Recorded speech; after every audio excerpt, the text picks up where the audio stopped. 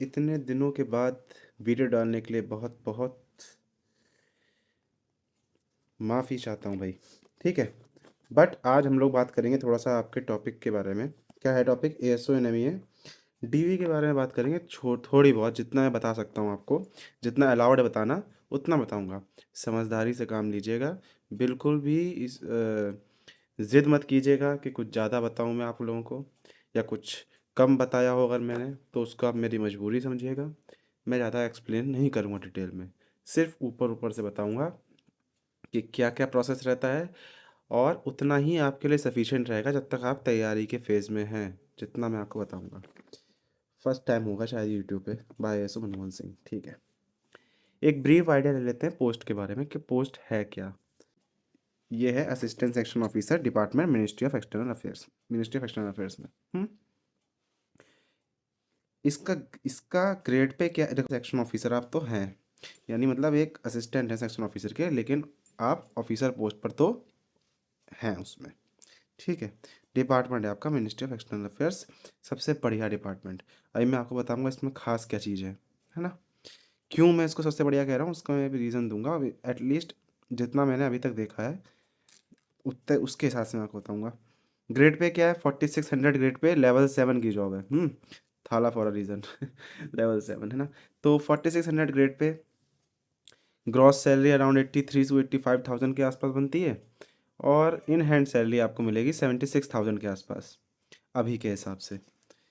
तो सैलरी तो ऑब्वियसली बात है, जो भी 4600 ग्रेड पे, और अगर आपकी एक्स सिटी है तो इतने के आसपास ही बनेगी, तो सैलरी में कुछ खास नहीं है। मतलब कहने का है जितनी सबको मिलती है उतनी आपको मिलेगी। कितनी सैलरी? 72K प्लस, फिलहाल 76,000 के आसपास है। सिलेक्शन प्रोसेस भी आपको पता है। एसएससी सीजीएल नाम का एग्ज़ाम आपको देना है, उसको निकालना है। उस वो 2 टायर एग्ज़ाम होता है, प्री और मेंस। प्री में सिर्फ क्वालिफाइंग होता है, मेंस में आपके नंबर जो होते हैं वही मेन नंबर होते हैं, जिसके अंदर कंप्यूटर क्वालिफाइंग नेचर का होता है। अगर ज़्यादा से ज़्यादा नंबर लेके आएंगे तो आपको आपकी मनचाही पोस्ट मिलेगी, जिसमें से one of the famous post है एएसओ इन एमईए। जॉब टाइप क्या है? क्लरिकल इन नेचर होता है, नोटिंग ड्राफ्टिंग वाला काम, और भी डिफरेंट डिफरेंट काम हो सकते हैं डिफरेंट डिफरेंट डिपार्टमेंट के हिसाब से। तो क्लरिकल इन नेचर वर्क है। हालांकि आप असिस्टेंट सेक्शन ऑफिसर रहेंगे, लेकिन इस ऑफिसर का काम कहीं रेड मारना या कुछ और ऐसा काम नहीं है। आप रहेंगे क्लर्क ही। ठीक है। क्लरिकल इन नेचर वर्क वो है। इसका मेन अट्रैक्शन क्या है? इस जॉब का मेन अट्रैक्शन है फॉरेन पोस्टिंग।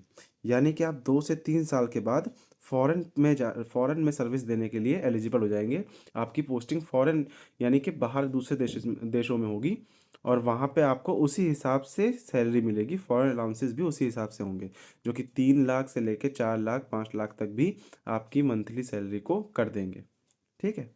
तो लेकिन हाँ, खर्चे भी उसी हिसाब से आपके वहाँ पे होंगे, उतने भले ही ना हो, लेकिन अच्छी खासी सेविंग तो हो ही जाएगी। और टैक्स फ्री इनकम मिलेगी, 1 रुपया भी टैक्स नहीं देना है आपको उसमें। पूरा का पूरा पैसा जितना भी आप बचाएंगे, सेव करेंगे, वो घर पे आएगा।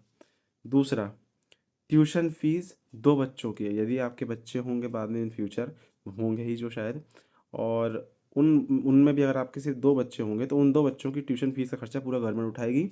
बेस्ट जो वहाँ पे लिस्टेड कॉलेज होते हैं, या बेस्ट जो लिस्टेड वहाँ के स्कूल होते हैं, उनमें आपके बच्चों का एडमिशन होगा। कहाँ पर? जब आप फॉरेन पोस्टिंग लेंगे, फॉरेन में। मेडिकल फैसिलिटी भी 5 स्टार मेडिकल फैसिलिटी आपको मिलेगी। जो भी लिस्टेड हॉस्पिटल वहाँ पे होंगे, उनके क्या कहते हैं, जो भी लिस्टेड हॉस्पिटल वहाँ पे होंगे विदेश में, उसमें। अगर आपको पोस्टिंग लेनी है इंडिया के अंदर ही, तो इंडिया में ही पोस्टिंग आपको मिलेगी, वो दिल्ली में मिलेगी। इंफ्रास्ट्रक्चर अगर देखा जाए तो ऑसम भाई। मैं गया मिनिस्ट्री ऑफ एक्सटर्नल अफेयर्स में, जितना मैंने देखा, 5 स्टार होटल और 5 स्टार मेडिकल, वो जो होते हैं प्राइवेट हॉस्पिटल, उन दोनों का कंबाइन मिक्स चल रहा था। एकदम बढ़िया, बहुत अच्छा, एकदम सुंदर सा। तो आपको इंफ्रास्ट्रक्चर की तो दिक्कत लेनी नहीं, दिल्ली में है मेन। इससे ऊपर और कुछ हो भी नहीं सकती इस डिपार्टमेंट का, मिनिस्ट्री या इस डिपार्टमेंट का इंफ्रास्ट्रक्चर कहीं भी। और मेन दिल्ली में है, तो सबसे अच्छा तो होना ही है। तो इसलिए बहुत बेहतरीन जगह पे आपको काम करने को मिलेगा। हर एक चीज़ एकदम बेहतरीन होगी। अब आते हैं मेन पार्ट पर, जिसका आप सबको इंतज़ार था, डॉक्यूमेंट वेरिफिकेशन। बिल्कुल भी डिफ़िकल्ट नहीं होगा। यूआर कैंडिडेट्स, यानी कि जनरल कैंडिडेट्स जो होते हैं, जनरल कैटेगरी से जिन्होंने फॉर्म भरा होता है, उनके लिए तो बहुत ही आसान रहेगा, क्योंकि उनको ज़्यादा झमेला करना ही नहीं है। सिंपल डॉक्यूमेंट्स जो आपके रिक्वायर्ड होते हैं जैसे कि आईडीज़ यानी कि आधार कार्ड, पासपोर्ट या वोटर आईडी कार्ड है, कोई भी आपकी जो जनरल आईडी होती है वो, फोटोग्राफ्स और मार्कशीट, ये 3 का रोल है। फोटोग्राफ तो आपको मिल ही जाएंगी, आप खुद ही बनवा लेंगे आराम से ईजिली। करंट फोटोग्राफ चाहिए होंगी, आईडीज़ और मार्कशीट्स यानी कि 10th 12th उसके पासिंग सर्टिफिकेट। 10th के अगर आप सीबीएसई बोर्ड से तो 10th के पासिंग सर्टिफिकेट तो आपकी मार्कशीट ही होती है। अगर आप यूपी बोर्ड से या किसी और बोर्ड से हैं तो आपको पासिंग सर्टिफिकेट दिखाना होगा, मार्कशीट दिखानी होगी, और आपकी ग्रेजुएशन की, और आपकी ग्रेजुएशन की मार्कशीट और डिग्री दिखानी होगी। इतना दिखाते ही आपका डॉक्यूमेंट वेरिफिकेशन ख़त्म। वो जो भी फ़ोटो कापीज़ वो मांगेंगे वो सब उनकी पर्सनल चॉइस है, या जो भी कुछ मांगते हैं वो आपको, जब आपको कॉल लेटर आएगा डीवी का तो आपको मालूम चल जाएगा बस। लेकिन डॉक्यूमेंट इतने ही रिक्वायर्ड होंगे, उससे ज़्यादा रिक्वायर्ड नहीं होंगे। अदर क्लासेस के लिए जिन्होंने फॉर्म भरा होगा, कास्ट सर्टिफिकेट और एज रिलैक्सेशन सर्टिफिकेट की रिक्वायरमेंट होगी। अगर आपने एसएससी गाइडलाइंस ठीक से पढ़ी होंगी तो आपने ऑब्वियस सी बात है सही से अपने सारे डॉक्यूमेंट्स बनवाए होंगे। अगर आपके डॉक्यूमेंट एकदम क्लियर हैं, आपको कोई दिक्कत नहीं है, क्रूशियल डेट के अंदर हैं, तो आपको कोई दिक्कत नहीं आने वाली डीवी में।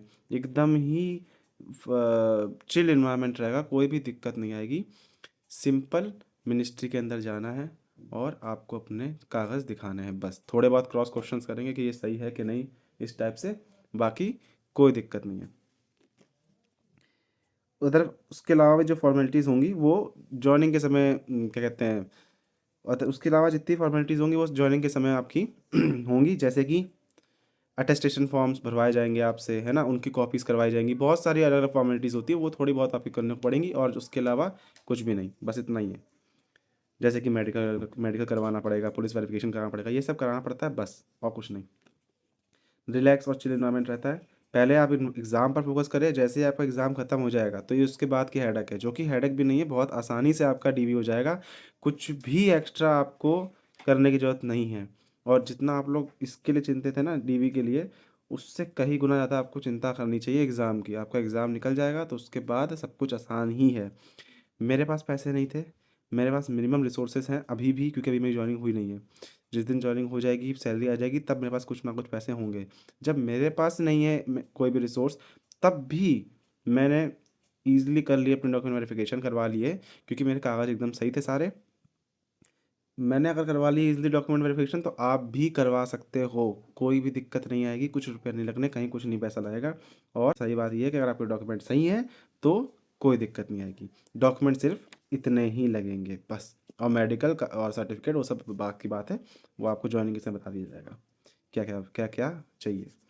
स्टडी हार्ड भाई, स्टडी जितनी ज़्यादा कर सकते हो करो, एएसओ बन जाओ, उसके बाद डॉक्यूमेंट वेरिफिकेशन। मैंने आज तक अपनी लाइफ, जहाँ तक मैंने अपनी लाइफ में देखा है, मुझे लगता है कि मिनिस्ट्री ऑफ एक्सटर्नल अफेयर्स का जो इंफ्रास्ट्रक्चर है वो बेस्ट इंफ्रास्ट्रक्चर है, अंदर से बहुत ही ज़्यादा सुंदर है। तो वहाँ आने का मौका आपको भी मिलेगा, ज़रूर मिलेगा, है ना। और भी अच्छी अच्छी मिनिस्ट्रीज हैं जहाँ मैं नहीं गया हूँ, शायद उनका इंफ्रास्ट्रक्चर और भी अच्छा हो। बट जो मैंने देखा है मिनिस्ट्री ऑफ एक्सटर्नल अफेयर्स का इंफ्रास्ट्रक्चर, जवाहरलाल नेहरू भवन का इंफ्रास्ट्रक्चर, वो एक नंबर, बहुत ही सुंदर था। किसी दिन बताऊँगा डिटेल में कि कैसा था क्या था, है ना, दिखाऊँगा भी अगर इजाज़त मिलेगी तो।